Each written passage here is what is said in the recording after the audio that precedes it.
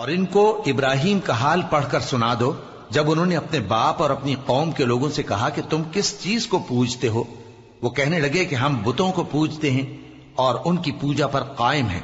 ابراہیم نے کہا کہ جب تم ان کو پکارتے ہو تو کیا یہ تمہاری آواز سنتے ہیں یا تمہیں کچھ فائدہ دے سکتے یا نقصان پہنچا سکتے ہیں؟ انہوں نے کہا نہیں، بلکہ ہم نے اپنے باپ دادا کو اسی طرح کرتے دیکھا ہے۔ ابراہیم نے کہا کیا تم نے دیکھا کہ جن کو تم پوجتے رہے ہو تم بھی اور تمہارے اگلے باپ دادا بھی، تو وہ میرے دشمن ہیں، مگر رب العالمین میرا دوست ہے۔ جس نے مجھے پیدا کیا ہے سو وہی مجھے رستہ دکھاتا ہے، اور وہ جو مجھے کھلاتا اور پلاتا ہے، اور جب میں بیمار پڑتا ہوں تو مجھے شفا بخشتا ہے، اور وہ جو مجھے موت دے گا اور پھر زندہ کرے گا، اور وہ جس سے میں امید رکھتا ہوں کہ قیامت کے دن میرا قصور بخشے گا۔ اے پروردگار، مجھے علم و دانش عطا فرما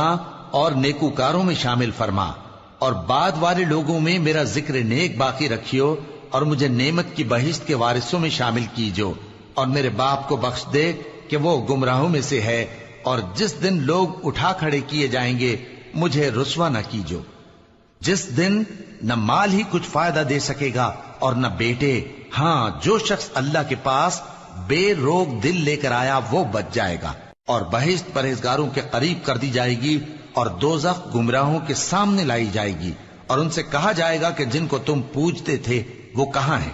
یعنی جن کو اللہ کے سوا پوجتے تھے کیا وہ تمہاری مدد کر سکتے ہیں یا خود بدلہ لے سکتے ہیں؟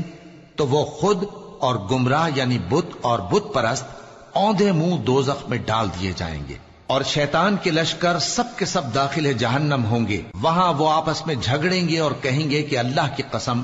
ہم تو کھلی گمراہی میں تھے۔